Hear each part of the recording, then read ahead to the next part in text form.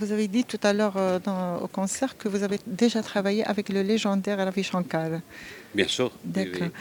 oui. Donc, en comparaison avec Ravi Shankar, qu'est-ce que vous pensez de ce groupe-là?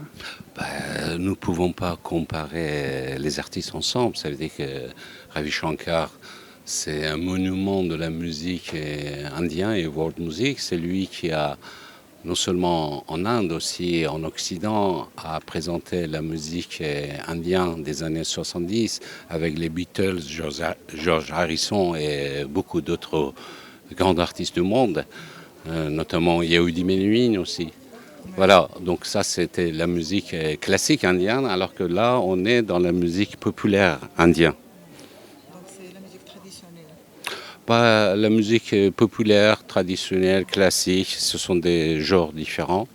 Mais la question qui était essentielle dans cette programmation et la thématique de cette année, de Ménard et Sagérès, essayer de voir le fil conducteur de voyage des artistes depuis l'Inde, en passant en Iran et la Turquie, et arriver à l'Europe de l'Est et en Espagne.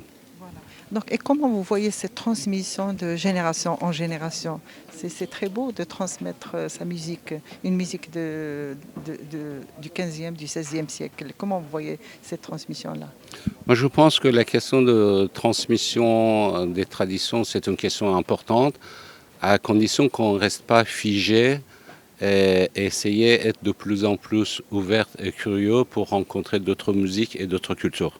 C'est la particularité aussi de ce voyage, montrer comment une musique d'origine indienne a réussi d'influencer d'autres musiques dans le monde et ainsi être influencé par d'autres musiques. Vous avez fait un très beau concert. On vous félicite.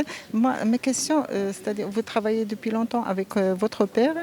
Qu'est-ce que ça vous fait de faire, c'est-à-dire un travail avec une autre génération, alors que vous êtes encore jeune et vous faites une musique qui est traditionnelle? Voilà. J'ai toujours chanté avec mon père parce qu'il m'a, depuis, c'est normal, il m'a toujours accompagnée depuis que je suis petite, depuis que j'apprends à chanter. Après, à un moment, être sur scène, il m'a toujours accompagnée, mais ce groupe qu'on a créé, Carva Génération, c'est vraiment pour mettre ça en valeur, pour pouvoir partager cette chance qu'on a pu avoir et que les gens s'inspirent de ça et gardent leur savoir, leur tradition, parce que souvent dans la famille, on a plein de choses, mais comme on dit en hindi, on dit à la maison, tout n'est pas important, c'est toujours à l'extérieur qu'on trouve ça plus intéressant. Donc pour montrer ça, et voilà, donc là on a joué avec notre père, mon frère et moi. Et ça nous arrive aussi de jouer avec notre grand-père aussi. Donc là, on fait 3 générations aussi. Il est un peu vieux, donc il ne peut pas trop bouger. Mais voilà, c'est vraiment pour montrer... mais ce n'est pas que la musique et ce n'est pas que lié à l'Inde. C'est vraiment partout, tout le savoir, tous les mémoires qu'on a, voilà, pour pouvoir les partager et les passer de génération en génération. Parlez-moi un petit peu de cette musique que vous avez présentée. Alors, nous, on fait partie des familles qui faisaient de la musique classique indienne. Donc la musique savante.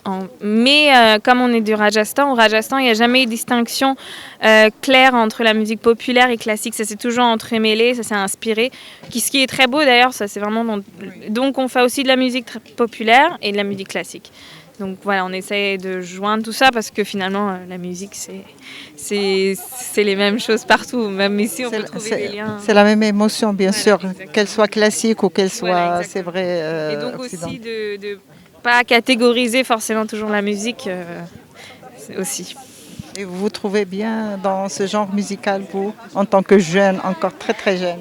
Oui, j'ai eu la chance de voyager assez tôt parce que quand on est petit, on ne se rend pas trop compte, mais j'ai voyagé et j'ai réalisé qu'on respectait mon art qui n'est pas le mien, c'est ce qu'on m'a passé. C'est mon héritage et donc du coup pour moi c'est important de le valoriser puisque j'ai eu la chance d'en avoir. Donc pour moi c'est le minimum que je puisse faire, c'est au moins le partager et le respecter. Donc c'est pour ça vraiment de voyager, je me suis plus rendu compte de l'importance que j'avais. En tant qu'indienne, vous parlez de Rajasthan, vous parlez très bien français. Alors, c'est-à-dire vous habitez la France? Non, donc ma mère est française, donc on est moitié français, moitié indien. Mais on a grandi en Inde et ça fait 4-5 ans que maintenant on est entre les deux pays, entre la France et l'Inde.